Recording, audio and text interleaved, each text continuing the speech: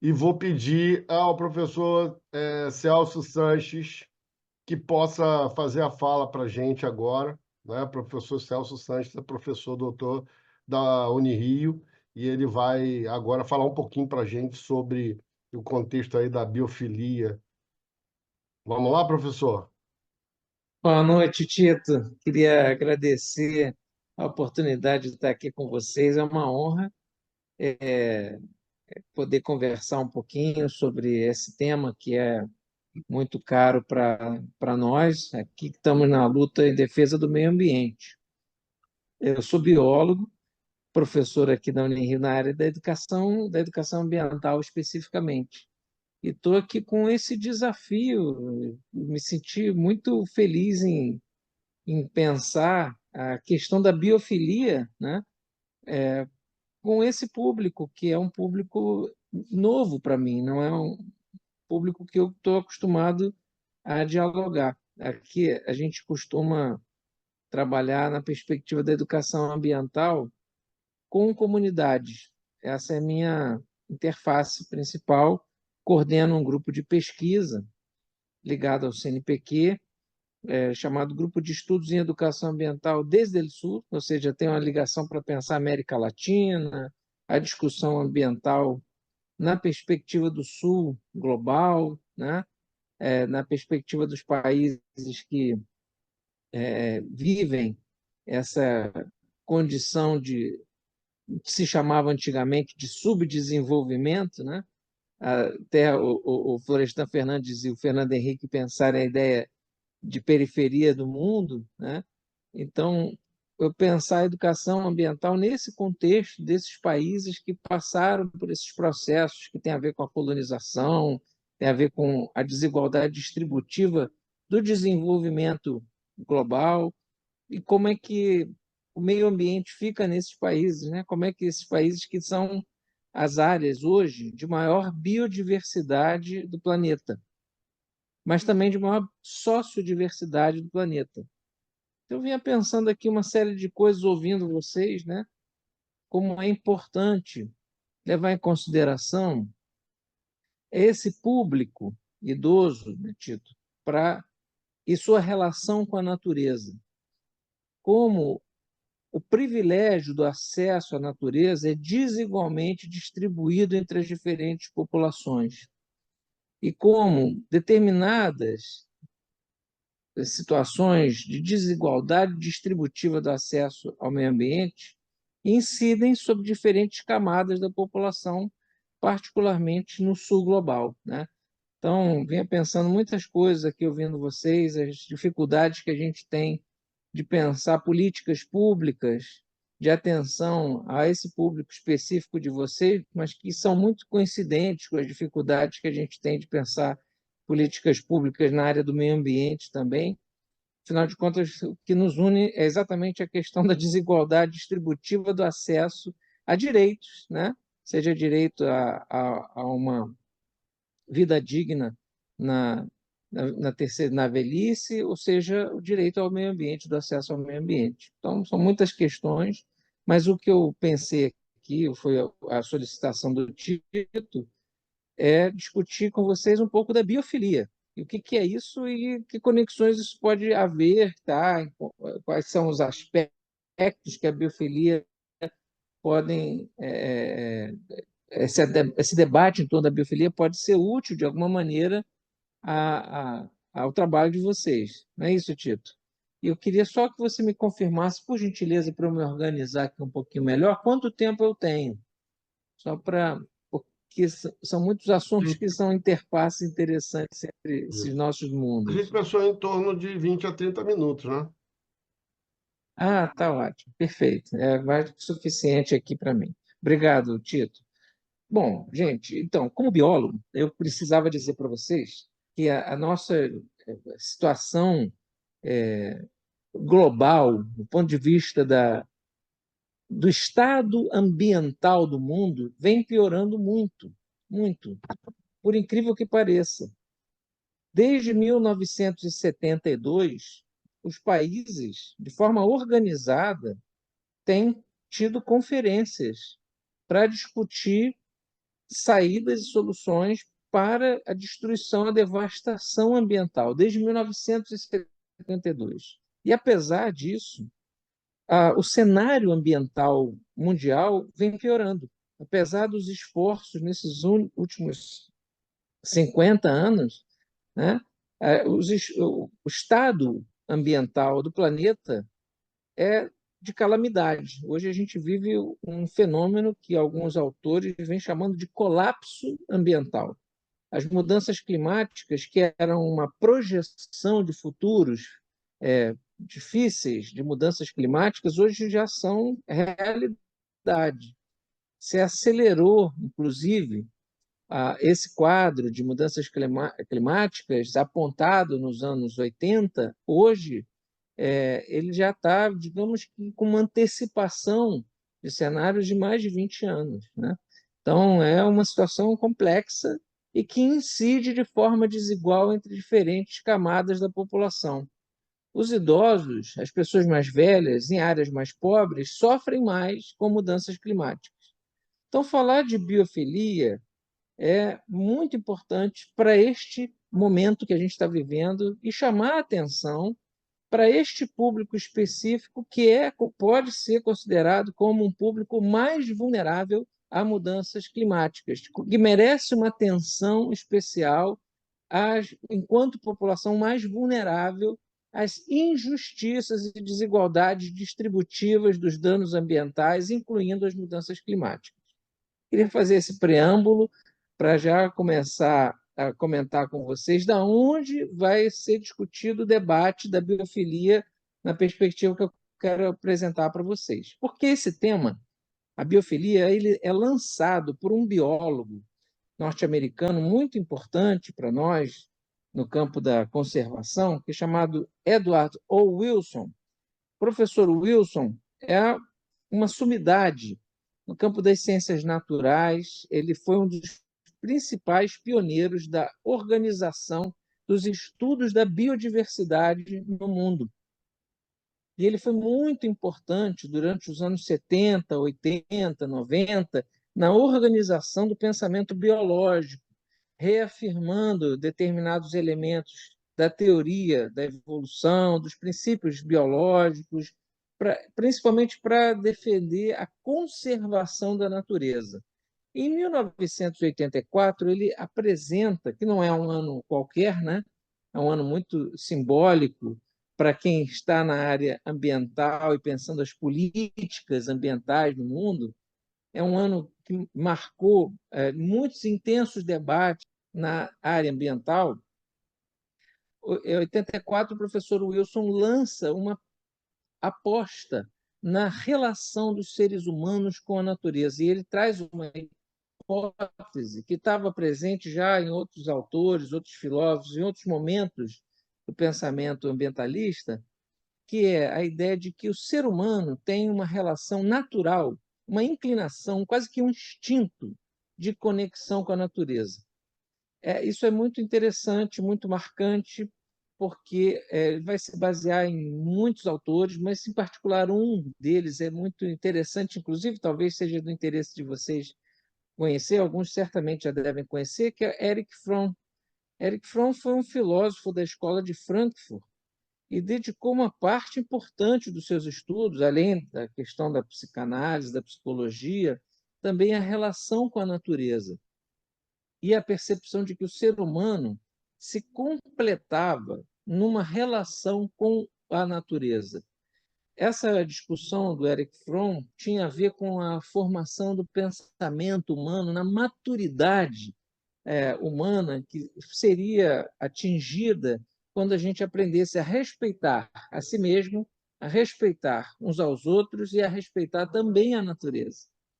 Inclusive, é a partir daí que muitos ecologistas vão se inspirar, incluindo o nosso queridíssimo Leonardo Boff, que é uma pessoa que recentemente também vem pensando, discutindo a questão da velhice, né? Eu também queria recomendar um livro dele, onde esses apontamentos aparecem ali inicialmente, chamado Saber Cuidar.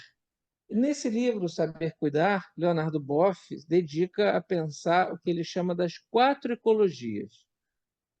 obviamente fazendo uma referência ao Erich Fromm, mais diretamente, que é essa ideia de que primeira ecologia da gente, a primeira relação ecológica de qualquer um de nós é com o nosso próprio corpo. Então, a primeira biofilia, o primeiro contato com a natureza que todos nós temos é com o nosso próprio corpo. Nosso corpo também é um ecossistema, né? E hoje, as pesquisas mais recentes sobre homeostase corporal, né, o equilíbrio dinâmico do nosso próprio corpo, vem revelando, por exemplo, a importância da flora bacteriana que nós temos no nosso intestino, como ela é importante para a manutenção da imunidade, da saúde, né, do corpo como um todo, né? E cada vez mais estudos que mostram como é importante discutir a dinâmica interrelacional do alimento com a flora intestinal e, obviamente, os estudos de velhice e envelhecimento vêm trabalhando muito isso, né? Muito, muito mesmo. Então, essa primeira ecologia, a ecologia do corpo, a ecologia da relação consigo mesmo, com a sua própria ecologia pessoal, ela é muito importante e ela está na base do pensamento não só do Leonardo Boff, do Erich Fromm, mas também da biofilia. E a primeira relação, digamos que importante que sai daí é uma ideia de uma ecologia pessoal, de uma ecologia da pessoa consigo mesma, né? Isso é algo que hoje vem se reafirmando, que já foi também muito importante em outros momentos do pensamento ambientalista, que é a chamada ecologia profunda, a ecologia pessoal e profunda, né? A relação com a natureza, a relação biofílica, né? Ao despertarmos a nossa biofilia, só para também marcar um ponto, né, da origem dessa palavra, bio, vida.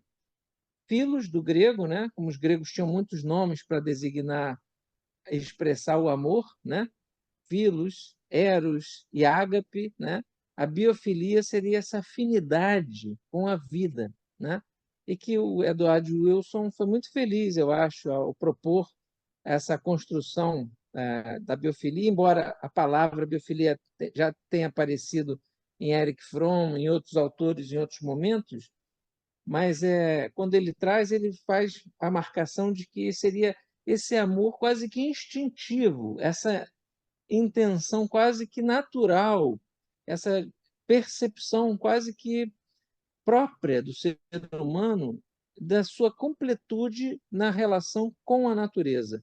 Ou seja, nós não estaríamos separados da natureza. A nossa completude humana está com a natureza. Nós somos a natureza. Então, a biofilia é um resgate dessa noção que está presente, por exemplo, nos povos indígenas. Muitos povos indígenas, por exemplo, eu tenho a sorte de conviver com o povo guarani há muitos anos, mais de quase 30 anos de convivência com os guarani, mais de 30 anos com eles. Tive a oportunidade, inclusive, de aprender um pouquinho da língua guarani. E estou estudando há 20 anos, né? 25 anos a língua guarani, e ainda assim não consigo dizer que falo guarani plenamente, porque é uma língua muito difícil, mas no Guarani existe uma palavra muito bonita chamada nhanderecó. E o nhanderecó é esse sentimento de convivência harmoniosa, não só uns com os outros, mas também com o meio ambiente. O nhanderecó é a base do Tetsain. Tetsain quer dizer a saúde homeostática não só do meu corpo, mas das minhas relações sociais, da minha comunidade, da minha presença no mundo. Essas duas palavras são profundamente biofílicas. São expressões dessa noção de biofilia presente na cultura ancestral guarani. Eles, em algum momento da história deles, experimentaram, discutiram e sentiram essa dimensão que o Edward Wilson tentou teorizar e escreveu em 1984, chamando de biofilia esse instinto de que nós somos mais felizes, mais completos, mais plenos, mais realizados quando estamos em contato com a natureza.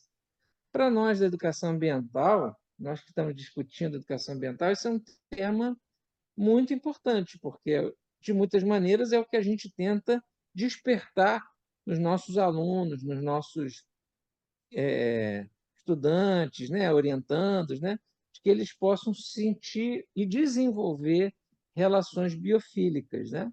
Isso passa pela compreensão de que as relações ecológicas estão em primeiro plano, na compreensão de si mesmo no mundo, mas também passam pela compreensão da nossa relação uns com os outros, que Leonardo Boff, nas 4 ecologias, como eu comentei com vocês, ia chamar de, a partir do momento que ele primeiro fala da ecologia do corpo, agora ele vai falar da ecologia social, e que tem a ver com o que Erich Fromm, na formulação dele, chamou de um segundo momento, do segundo estágio da relação do ser humano com o mundo, que é a sua sociabilidade, né? A sua relação com o seu entorno. Isso, mais adiante, no pensamento ecológico, vai ser discutido como sendo uma ecologia social.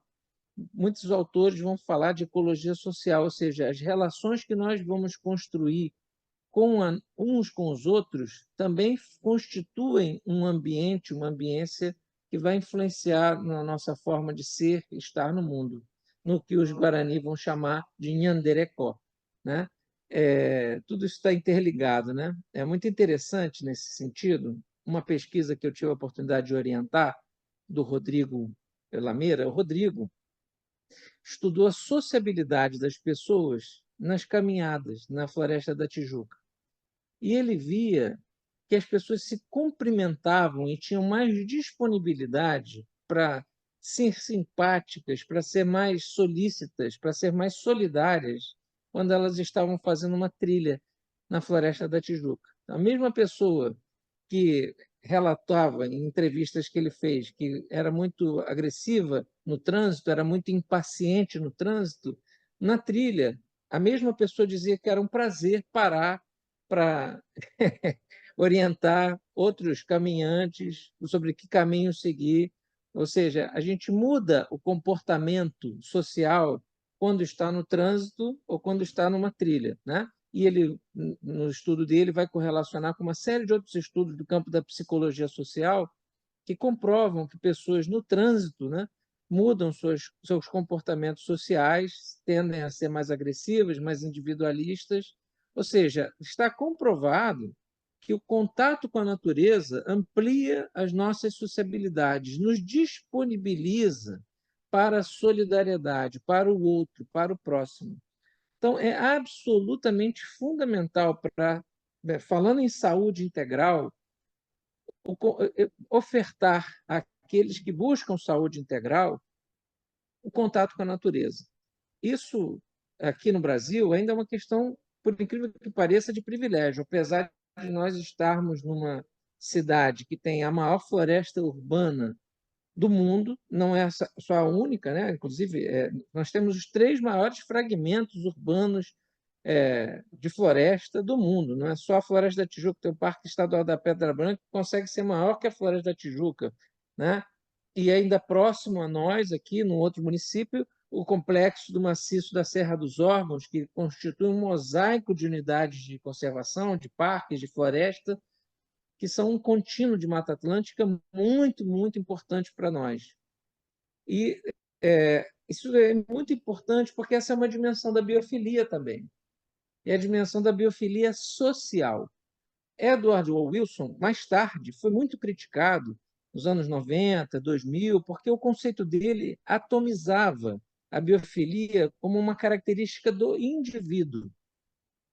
Pesquisadores japoneses foram percebendo, com essa questão da sociabilidade que eu estou apontando, que a biofilia também tinha uma dimensão social e, portanto, política.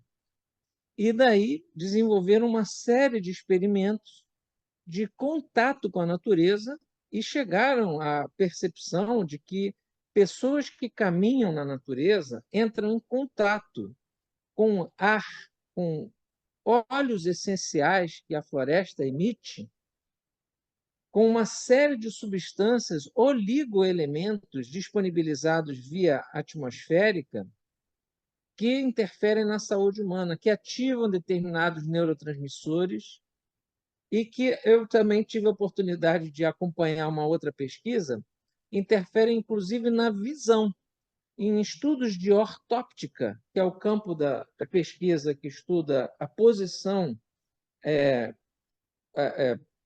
ortopédica do globo ocular, se demonstrou que a vivência com a natureza, o jogo de claro e escuros que se produz numa floresta, a necessidade do desenvolvimento de uma rapidez na mudança da visão focal para a visão periférica e vice-versa, uma série de exercícios físicos são aprimorados em quem anda na natureza, em quem convive com a natureza, e melhora-se não apenas a visão, mas se ativa uma série de áreas, desde o lobo occipital ao lobo frontal, com mudanças cerebrais notáveis em quem tem a prática de trekking, por exemplo, que é a caminhada na natureza, né?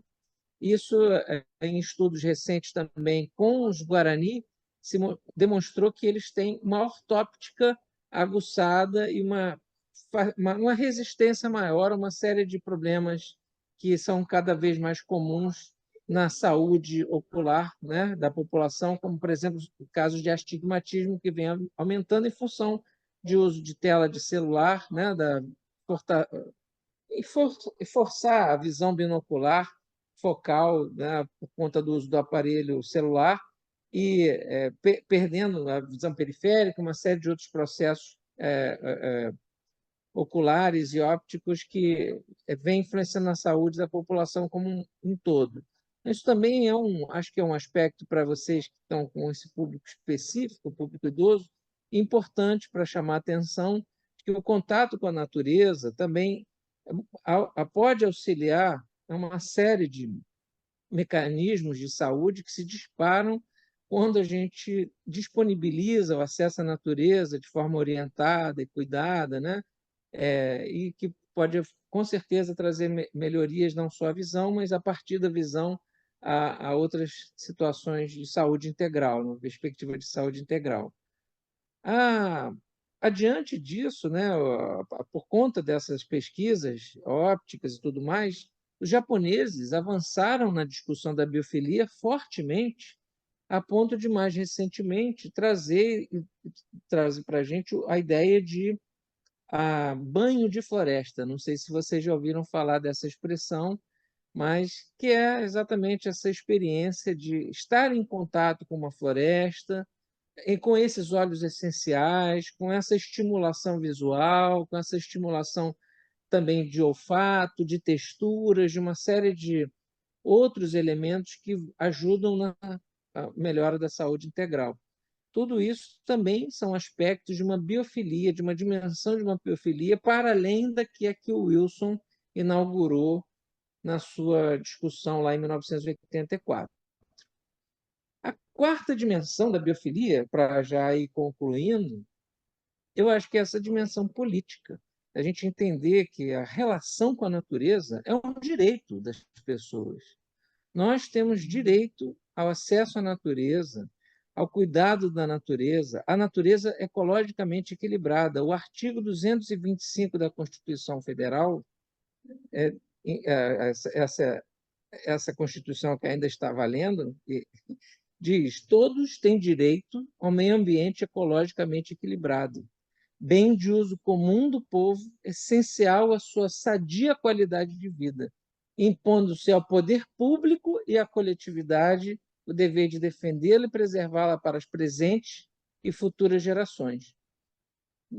Cabe a nós, enquanto sociedade civil organizada, terceiro setor, universidade pública, que representa também uma importante contribuição para se falar de direitos e de garantia de direitos para esse país, né? Portanto, de democracia, é a defesa do meio ambiente. Então, essa dimensão de pensar a biofilia como uma reivindicação do direito ao meio ambiente ecologicamente equilibrado de todas as pessoas, independente de idade, religião, sexo, orientação sexual, qualquer gênero, enfim, qualquer que seja a sua diferença, todos, todas, e como está se dizendo agora politicamente, todas têm direito ao meio ambiente ecologicamente equilibrado. Então, isso inclui também os idosos e as idosas, né?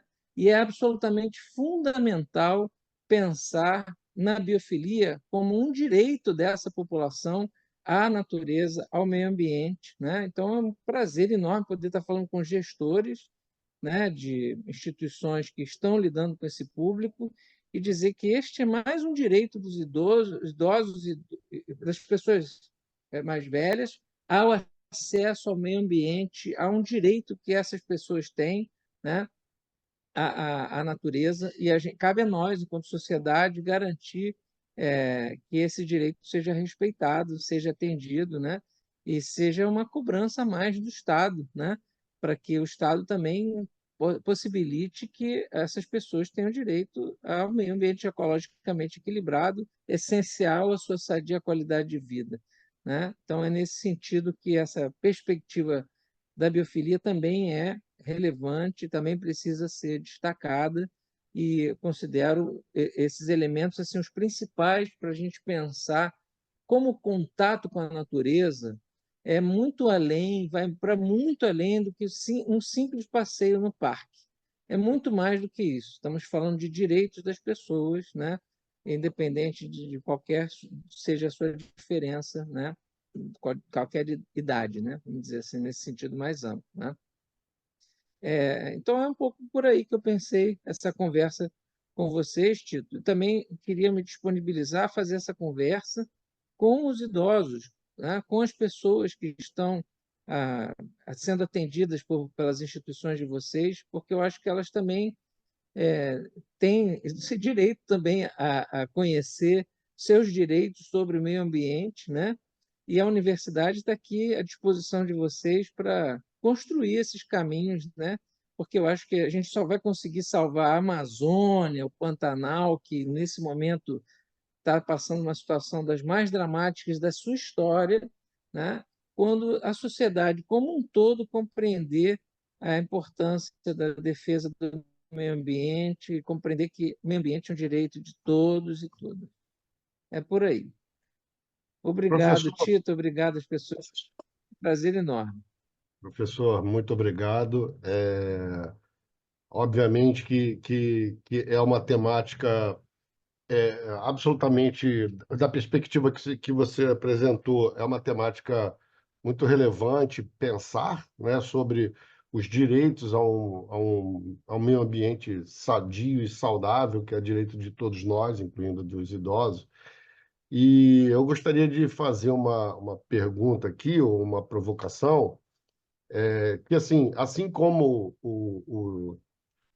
os indígenas, né, os povos originários, têm essa percepção da importância, eu acredito que, de uma certa maneira, assim, dentro da sabedoria popular das pessoas, né, em todos os níveis, a biofilia ela se manifesta também sob aspectos que a gente provavelmente nunca pensou concretamente, como, por exemplo, a, as pessoas idosas que adoram cuidar de planta, por exemplo. A minha avó, que não era bióloga como eu e como o senhor, era uma exímia adestradora de vegetais. Ela tinha uma samambaia de metro que jurava ela, e eu não tenho razão para duvidar, que tinha 50 anos. E ela tinha várias plantas, e ela passava horas lidando com essas plantas, da mesma forma que outras pessoas têm aquário, da mesma forma que outras pessoas fazem assim, já que se eu não posso estar em contato com a natureza, né, ou com ambientes naturais, né, que o que seria absolutamente relevante, eu tenho como fazer uma aproximação, até através do cultivo de plantas, né? Então, há várias ações pensando nesse microecossistemas que seriam, que são as ILPIs, né? Que tem pessoas que estão lá habitando, né, vivendo naqueles espaços, e pensar assim, de que forma a biofilia pode, como você sinalizou, a questão da saúde ótica e tal, a importância de uso de certos materiais que nos remetem a esse contato com a natureza, como palha, como madeira, como materiais naturais, né? Menos azulejos, mais materiais. É claro que vai ter que ter azulejo no banheiro, mas assim, que orientações a gente podia pensar em termos dessa aproximação arquitetônica com a biofilia poderia ser um caminho interessante para as ILPIs, pensando na questão da saúde dos idosos institucionalizados. O senhor tem alguma dica para dar acerca dessas possibilidades? Não, excelente, Tito. Tenho sim. A partir de 1984, o campo mais impactado pelas ideias do Edward Wilson foi a arquitetura. A arquitetura biofílica, e a biofilia impacta teoricamente, mas a arquitetura e a construção civil como um todo, na mudança de materiais, na alteração da orientação dos projetos arquitetônicos, e que, no momento, por exemplo, levaram ao pleito de Paris como sede das Olimpíadas.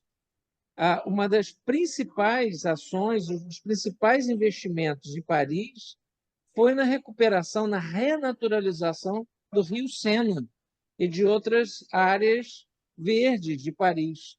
Então, isso não é uma coisa etérea e só teórica, ela também tem efeitos reais, concretos. Instituições que são destinadas como lares, como o lugar de habitar, o habitar, para mim, é um verbo muito caro. Habitar, ter um lar, né? Morar é uma coisa muito séria. É uma das coisas mais difíceis que a gente tem nas nossas trajetórias de vida, né? Não é à toa que a luta por moradia é uma das lutas mais difíceis do mundo, não só no Rio de Janeiro, onde a gente tem mais de 600 mil pessoas sem moradia nesse momento, né? Mas o habitar preciso ser pensado com plantas. Isso é mais do que provado. Tem que ter, no mínimo, um jardim, né? Cícero tem uma frase que eu gosto muito, que diz assim: se você tem uma biblioteca e um jardim, tens tudo. Né? Eu acho isso muito sábio, é uma frase muito bonita e me marca na ideia de que o jardim não é só um jardim. O jardim é um espaço também da construção de uma forma de ser no mundo, né? Ter plantas é absolutamente fundamental por uma série de razões. Hoje está cada vez mais sendo estudado a importância da presença de determinadas plantas para a limpeza do ar, né? Dada a uma série de contaminantes que nós temos no ar. Agora, o estudo acabou de sair, tem acho que uma semana, sobre a contaminação do ar em Volta Redonda e como as orquídeas são as principais plantas que absorvem o excesso de ferro atmosférico, né? Então, é uma questão real, né? Há uma importância gigantesca da presença de plantas na depuração do ar que a gente respira, né? Respirar um ar num ambiente sem plantas é tóxico, é insalubre. Então, ter plantas é absolutamente necessário e urgente. Então, um jardim não é só um jardim. Essa é a primeira mensagem. Segundo, o jardim e uma biblioteca são elementos que conversam, né? Eu estive conversando com o nosso imortal da Academia Brasileira de Letras, Ailton Krenak, numa live que eu tive a oportunidade de fazer com ele, e ele dizia que os jardins botânicos nas cidades costumam ser muito periféricos, tá? Em bairros mais afastados, né? Os jardins botânicos geralmente estão nos bairros mais periurbanos, né? E que ele tinha como proposta para as cidades que o Jardim Botânico fosse o centro da cidade. Essa é a lógica que talvez a gente possa trazer da biofilia para um diálogo sobre a arquitetura de instituições que se pretendem lares e lugares de habitar, morar, como as instituições de vocês, né? Ter na centralidade delas o jardim e eu acrescentaria a biblioteca, como estratégias de pensar a remodelação, a adequação bioarquitetônica, né, com hoje uma série de materiais novos que são muito fartos nesse momento no campo da arquitetura e justamente estão dialogando com esses princípios, né? Não só da biofilia, mas, sobretudo, da renaturalização dos ambientes, da sustentabilidade, da reutilização, né? Isso estimula texturas, estimula os sentidos, porque a nossa conexão com a natureza se dá através dos sentidos, né? Então, Ok. quando a gente está em contato com a natureza, mais íntimo, né, numa área natural, porque sempre a gente está em contato com uma certa natureza, né? Mesmo que seja a natureza degradada, né? Mas quando a gente está em uma área natural preservada, num parque, num bosque, né?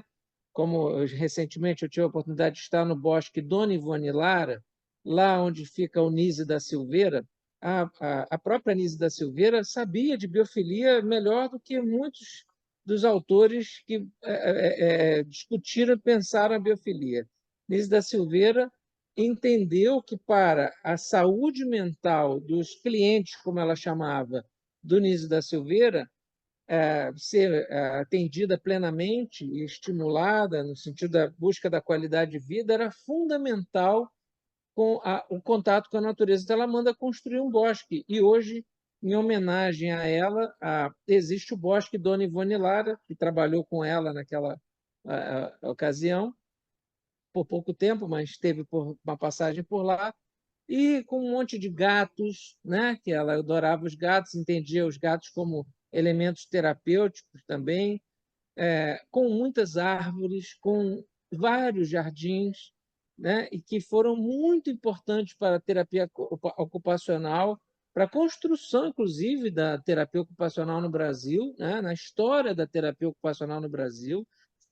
Esses elementos são marcantes, estruturantes, e eu acho que a gente precisa recuperar o legado de Nise da Silveira nesse sentido, né? Entendendo que não é só um jardim, não é só um bosque, é uma relação com a natureza, né? Uma relação biofílica com a natureza. Portanto, pensar arquitetonicamente nessa dimensão tem a ver com buscar materiais, buscar sustentabilidade, estimular os sentidos através das texturas, dos odores, da estimulação multissensorial, né?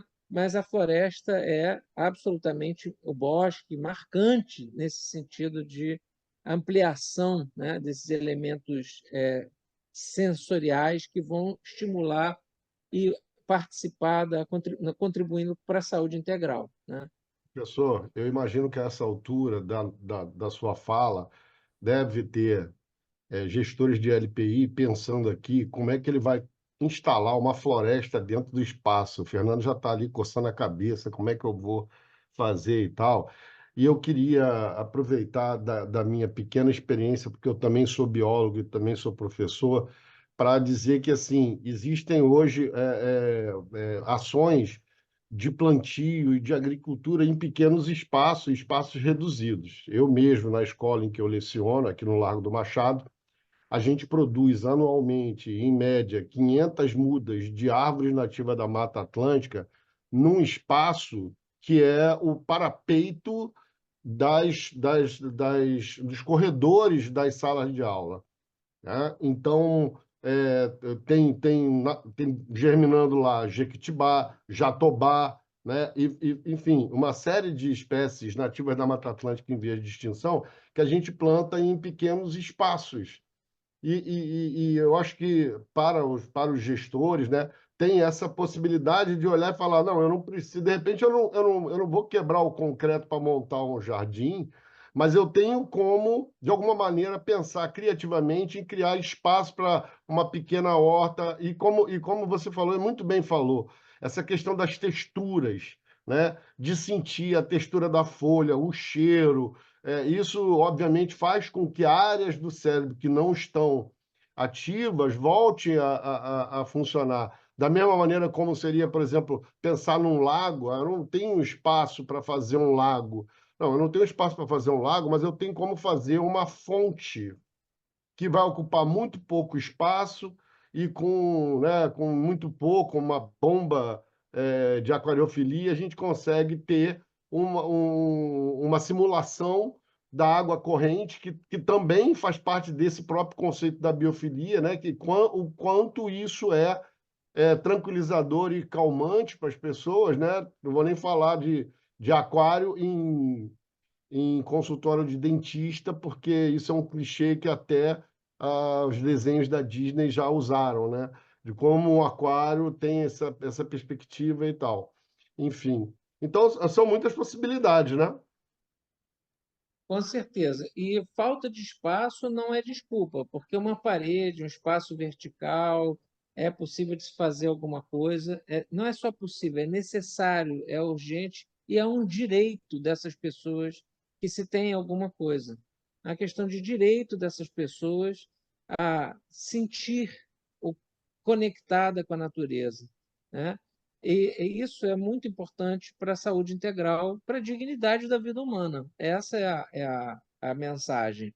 Eu acho que também é importante, Tito, hoje há formas de plantar e colher em microespaços com técnicas as mais variadas, inclusive que são lúdicas, né? E uma outra dimensão que a gente não explorou muito, que são duas dimensões sensoriais muito importantes, que é o silêncio, né? O tratamento acústico que as plantas produzem, né? É imensamente eficiente, né? Eu faço isso, moro de frente, uma rua de frente, e tenho um pedaço de uma parede, um trecho de 6 metros quadrados apenas, com um jardim vertical, também, como eu sou biólogo, né, com plantas raras, eu fui ganhando de outros colegas biólogos e plantas que exigem um cuidado muito específico, que é justamente o nosso prazer, né? E você vai se conectando com elas, vai descobrindo que só pode regar de dia, de noite, que no verão tem que ser cuidada de um jeito, no inverno de outra. Isso vai nos conectando aos ciclos da natureza, ao biorritmo. Você passa a ter um cuidado ali, uma relação com aquela planta que organiza a sua vida, a sua rotina, seu dia a dia, e a sua agenda. Então, traz a sua memória à tona, você tem que lembrar qual planta gosta do quê, qual planta não gosta do quê. Então, interagir com elas também é um estímulo à memória. Isso estamos falando de planta, nem colocamos animais, né? Porque as minhas plantinhas lá ainda tem um sapo, imagina. É uma série de coisas de biólogo, né? Mas uma série de possibilidades surgem dessas conexões. E aí a nossa criatividade é estimulada, né? E eu acho que isso é um ponto que também gostaria de aproveitar para comentar que, ouvindo vocês falar sobre as instituições de longa permanência, e esse termo me chamou muita atenção, né? É, o ato criativo, a inventividade, a criatividade, ela é muito importante como uma forma de conviver, de construir convivencialidade e sociabilidade nesses espaços, né?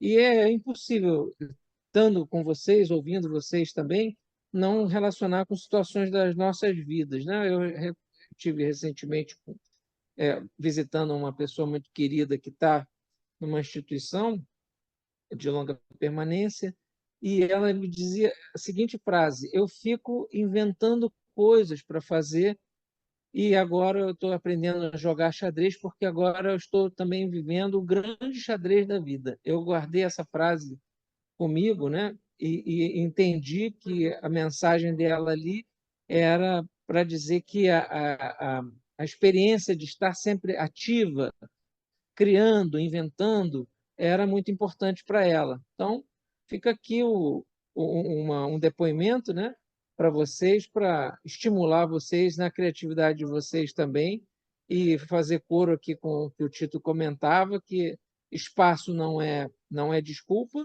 né, e que a gente possa ter um projeto chamado Um Jardim em cada instituição de longa permanência. Uma floresta em cada instituição de longa permanência, que também não precisa ser especificamente no mesmo lugar, pode-se escolher um lugar para plantar junto, e aí fazer um dia de plantio numa determinada área que seja comum, enfim, pode-se pensar mil coisas aí para estimular a nossa criatividade, né? E vou dizer para vocês contarem com a universidade para ajudar a pensar, sonhar, imaginar, porque esse é o nosso papel, imaginar outros mundos, né, possíveis. Professor, muito obrigado. Eu queria agradecer a todos. Nós já estamos chegando 8 horas, às 8 horas aqui, e agradecer a todos pela participação. Eu estou acompanhando, e a gente teve uma média de 22 a 24 participantes aqui dentro do Zoom, e pelo YouTube também mais uns 13. E falar que essa mesa redonda, né, sobre gestão das ILPIs, um desafio multidisciplinar do século XXI, ela vai ficar gravada e as pessoas poderão assistir posteriormente. E termino convidando a quem não se inscreveu no curso que se inscreva, né? Já temos um número considerado de inscritos, mas é sempre bom tentar aproximar mais o público do perfil, né, prioritário que foi combinado com o CONDEP Rio. Tá ok? Agradeço mais uma vez a presença de Fernando Binello, de Aline Grutola, de vários dos participantes aqui que eu conheço pessoalmente, mas não vou saber nomear todos. Thales, que está aqui, que é um parceirão também, né? Conhece o nosso trabalho, a gente troca muita figurinha. Leonardo Melo, pelo IBAN, e você, Celso, queria agradecer a todos de coração, foi muito bom. Espero que isso seja uma semente para que a gente possa, em outros momentos, em outros encontros, com outras temáticas e outros debatedores, a gente trazer discussões desse nível aqui.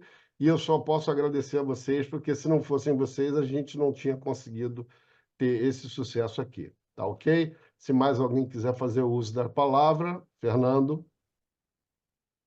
Não, agradecer mesmo, agradecer essa informação da biofilia, que serve para enriquecer, não só para. Acho até que menos para cada geriatra, mas para a vida da gente, né? Eu me lembro que eu fui fazer uma palestra pelo CONDEP, eu estava falando sobre leite. Aí eu me lembro que, quando eu tinha 15, 18 anos, mais ou menos, eu levantava do ônibus com uma grávida sentar, um idoso passar na sua frente na fila do banco, é uma coisa natural. Hoje tem lei para isso. E está tendo lei para você entender que a natureza rege a tua vida, fazendo parte dela e estamos destruindo ela. Acho que daqui a pouco a gente vai ter uma escola como respirar também, né? Como fazer respirar, como bater o coração. A humanidade está avançando, não sei se evoluindo ou não, mas para que sejamos cada vez mais regradas e orientadas do que fazer. Então, hoje, você preservar a natureza, trazê-la para você, tem até uma faculdade para isso, que seria uma coisa tão natural, tão fisiológica. Muito obrigado pela explanação de vocês. Fiquem bem, eu estou sempre à disposição para estar com vocês. Fiquem bem. Gente, antes de sair fora, eu gostaria de pedir que quem puder abrir a câmera para eu poder tirar uma foto e a gente guardar para o IBAN, tá bom? Eu não sei fazer isso. Não tem problema. Você já está aberto. A sua já está aberta, isso. Gente, muito obrigado. Estou tirando uma foto agora. Deixa eu tirar essa luz aqui. Valeu, gente. Valeu, muito obrigado a todos. Obrigado novamente. Vou encerrar agora a sessão, a gravação. Obrigado novamente a todos. Foi um grande prazer estar com vocês nessa noite e ouvir tantas reflexões importantes. Valeu, gente. Um abraço aí para todos. Um abraço, gente. Boa noite.